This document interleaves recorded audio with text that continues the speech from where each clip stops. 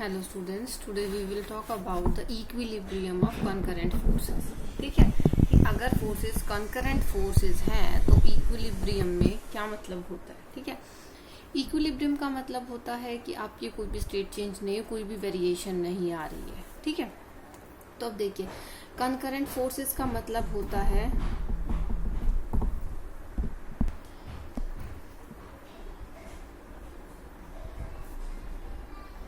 Concurrent forces वो forces होते हैं जो एक ही पॉइंट पर अप्लाई होते हैं, अप्लाई एट सेम पॉइंट, उन्हें हम बोलते हैं कॉन्करेंट फोर्स। ठीक है, क्या बोलते हैं हम उसको? Concurrent force.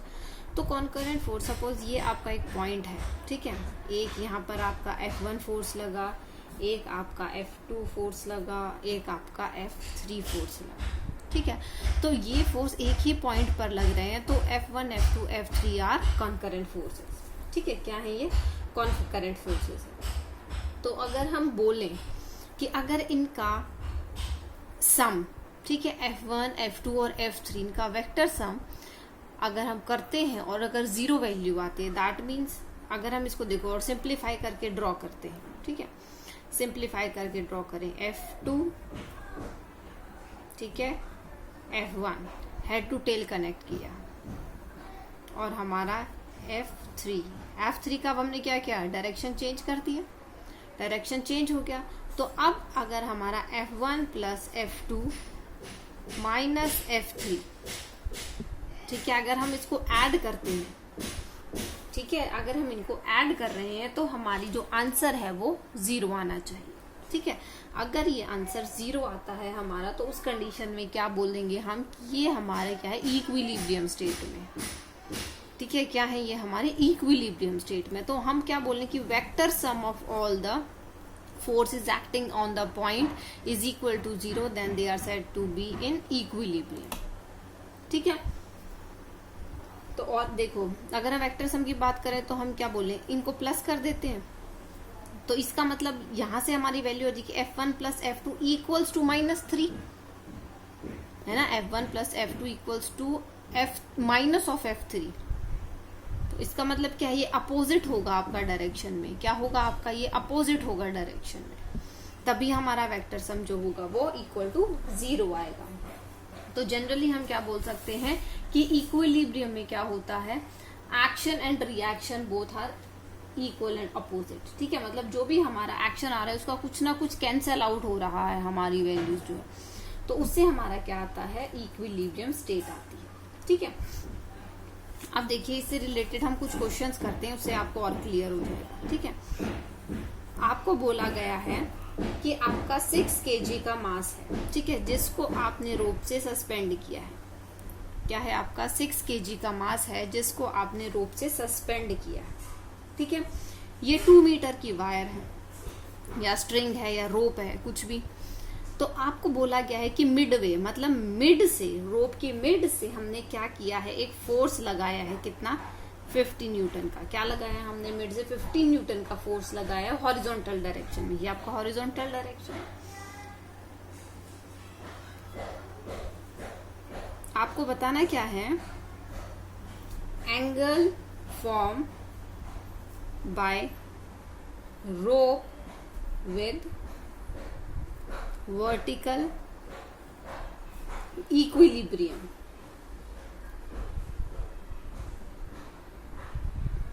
मतलब आपका इक्विलिब्रियम में रहेगा जो सिस्टम है, that will be in equilibrium. तो आपको क्या है? एंगल की वैल्यू निकालें। अब देखो एंगल कहाँ से बनेगा? आपके पास जो भी ये है, अगर आपने इसको इधर स्ट्रेच किया तो आपके पास क्या होगा? ये वाली वो रोप जो है वो तो यहीं से अटैच रहेगी और ये रोप यहाँ से टेढ़ी हो जाएगी और जो फोर्स आपका मास है वो इस तरह से सस्पेंड करेगा, इस तरह से एंगल बन जाएगा आपका। तो आपने क्या किया? इसको अगर हम रीड्रॉ करते हैं तो आपके पास ये इस तरीके से फोर्स लगी और ये आपका यहाँ से आपका जो 6 kg मास है वो सस्पेंड करेगा। तो आपका फोर्स कहाँ? एक तो यहाँ फोर्स लगेगी आपकी जो कि है 50 न्यूटन की, इस डायरेक्शन में लगेगी आपकी फोर्स जो लगेगी।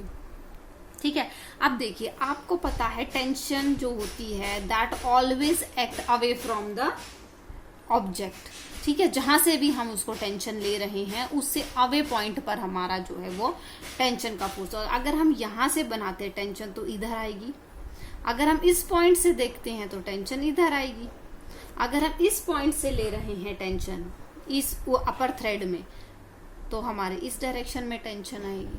अगर हम यहां से हमने उस पर फोर्स अप्लाई किया तो हमारा फोर्स जो है इस डायरेक्शन में अप्लाई होगा, हमारा फोर्स इस डायरेक्शन में अप्लाई होगा। आपको क्या निकालना है, एंगल निकालना है जो कि हमारा रोप बनाएगी वर्टिकल के साथ। आपने फोर्स हॉरिजॉन्टल लगाया, दैट मीन्स ये रोप जो है यहाँ वर्टिकल के साथ जो एंगल बनाएगी वो हमें निकालना है। That means theta, here we have to calculate the value of theta.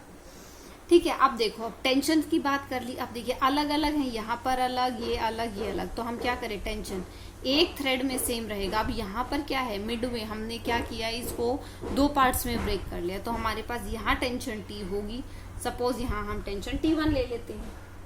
ठीक है, अब देखो ये अगर हम टी की बात करें, ये एंगल थीटा बन रहा है, ये हमारा T1 है, ये नीचे ये थ्रेड ऐसे आ रही है सीधी, इस तरीके से आ रही है सीधी।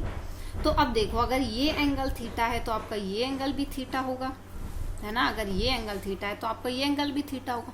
तो अब अगर आप T1 का कंपोनेंट करते हैं तो अब देखिए डायरेक्ट आपका ये कोई भी एंगल बना रहा है थीटा, 90 नहीं है। आपका एक्सिस की बात करें तो हमारी एक्सिस क्या है, हम ये एक्सिस ले रहे हैं और ये एक्सिस ले रहे हैं। तो हमारे पास क्या है, इसके अगर हम कंपोनेंट्स करते हैं तो हमारे पास कंपोनेंट्स की वैल्यू है इस डायरेक्शन में, तो हमारा 50 न्यूटन फोर्स है जो हमें गिवन है। अब देखिए अगर हम इसके कंपोनेंट्स बनाते हैं तो थीटा, ठीक है। अगर आपको नहीं कंपोनेंट्स बनाने आते हैं तो वो आप सीखिए, ठीक है। वो हमने इससे पहले भी वीडियो में किया, आज एक बार फिर से बता देती हूँ। उसके बाद आपको पता होना चाहिए कि कंपोनेंट्स कैसे बनाते हैं, ठीक है। अब देखिए कंपोनेंट हमारे पास क्या है, हाइपोटेन्यूज गिवन है, ठीक है।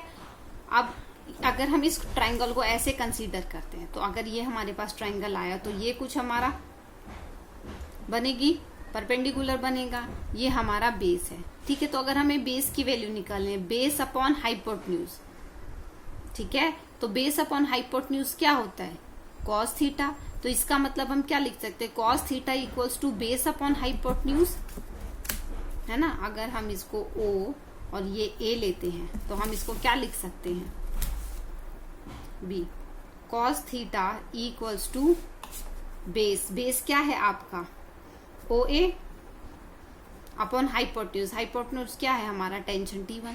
तो अगर हम OA की वैल्यू निकालें तो क्या आ जाएगी, T1 कॉस थीटा। तो ये वाला जो कंपोनेंट हो जाएगा थीटा के साथ, ये हो जाएगा T1 कॉस थीटा।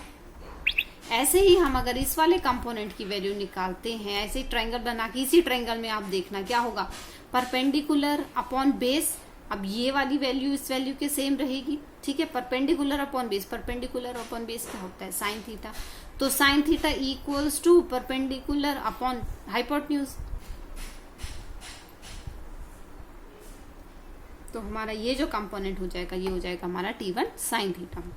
तो हमने क्या किया, इस T1 को इसके दो कंपोनेंट्स में ब्रेक कर लिया, क्या T1 कॉस थीटा और T1 साइन थीटा। यहाँ पर आपका मास जो है वो 6 kg है, ठीक है।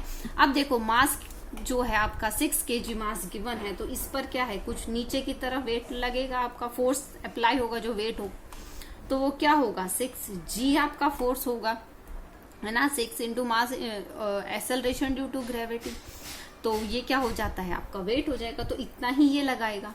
आप देखिए ये 1 मीटर की वायर है, यहाँ भी आपकी 1 मीटर की वायर है ये आपकी, ठीक है। तो अब देखो हम क्या करेंगे, फोर्स आपको बोला गया है जो सिस्टम है वो इक्विलिब्रियम है। सिस्टम क्या है आपका, इक्विलिब्रियम है। तो इसका मतलब जो भी अपोजिट फोर्सेस होंगी they are equal in magnitude, सारी इक्वल होंगी। तो क्या हो जाएगा यहाँ से T1 sine theta equals to 50 newton. तो हम यहाँ से इक्वेशन बना लें, T1 sine theta equals to 50 Newton.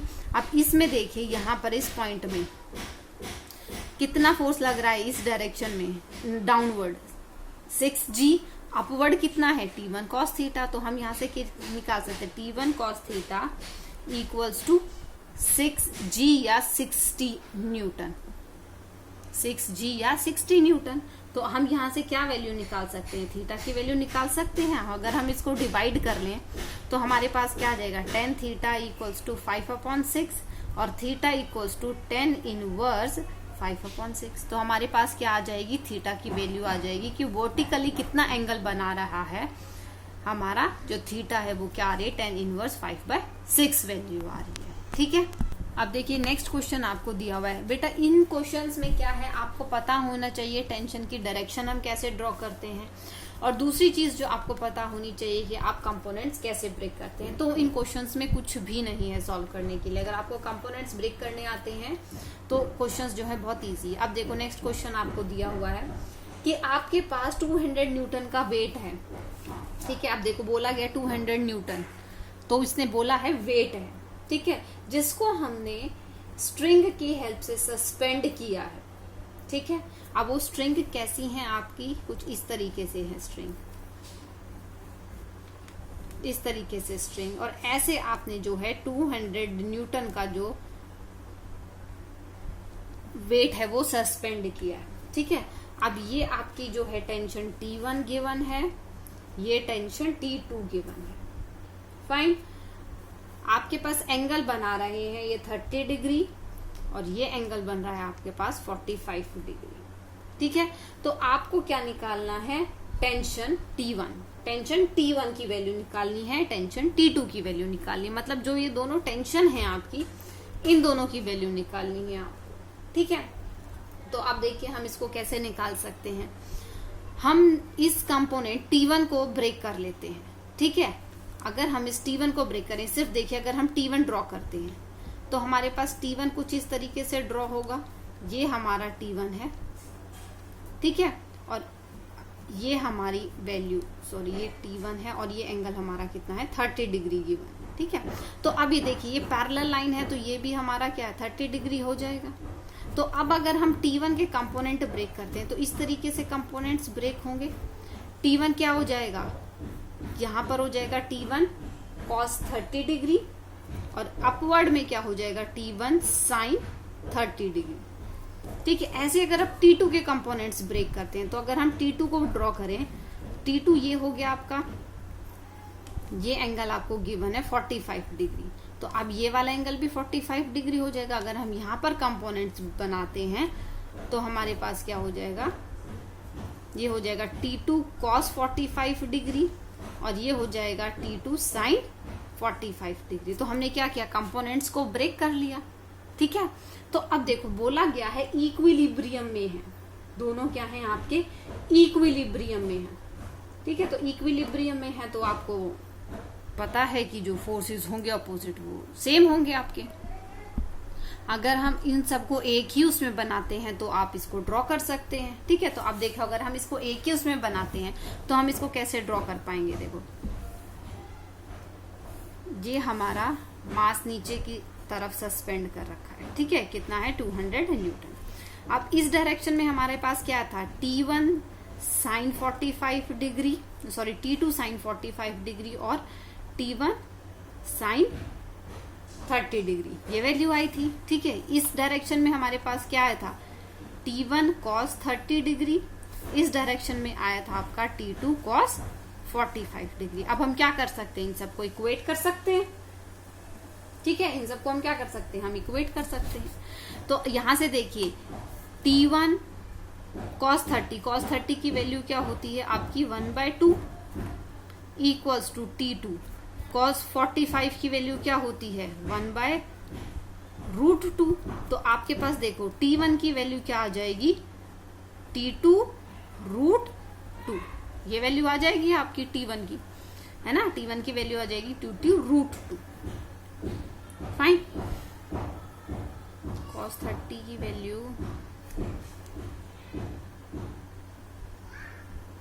√3/2 होती है ना, √3/2, तो यहाँ पर क्या आ जाएगी आपकी √2/3 वैल्यू आ जाएगी। क्या आ जाएगी आपकी, √2/3 वैल्यू आ जाएगी। ठीक है, उसके बाद हम क्या कर सकते हैं, इन दोनों को इक्वेट कर लें। तो अगर हमारे पास क्या आएगी, T2 sin 45 degree plus T1 sin 30 degree equals to, opposite direction में कितना फोर्स है, 200 न्यूटन का फोर्स है। तो अब देखिए यहाँ पर हम वैल्यू पुट करते T1 sin 45 sorry T2 sin 45 1/√2 plus T1 sin 30 degree 1/2 equals to 200।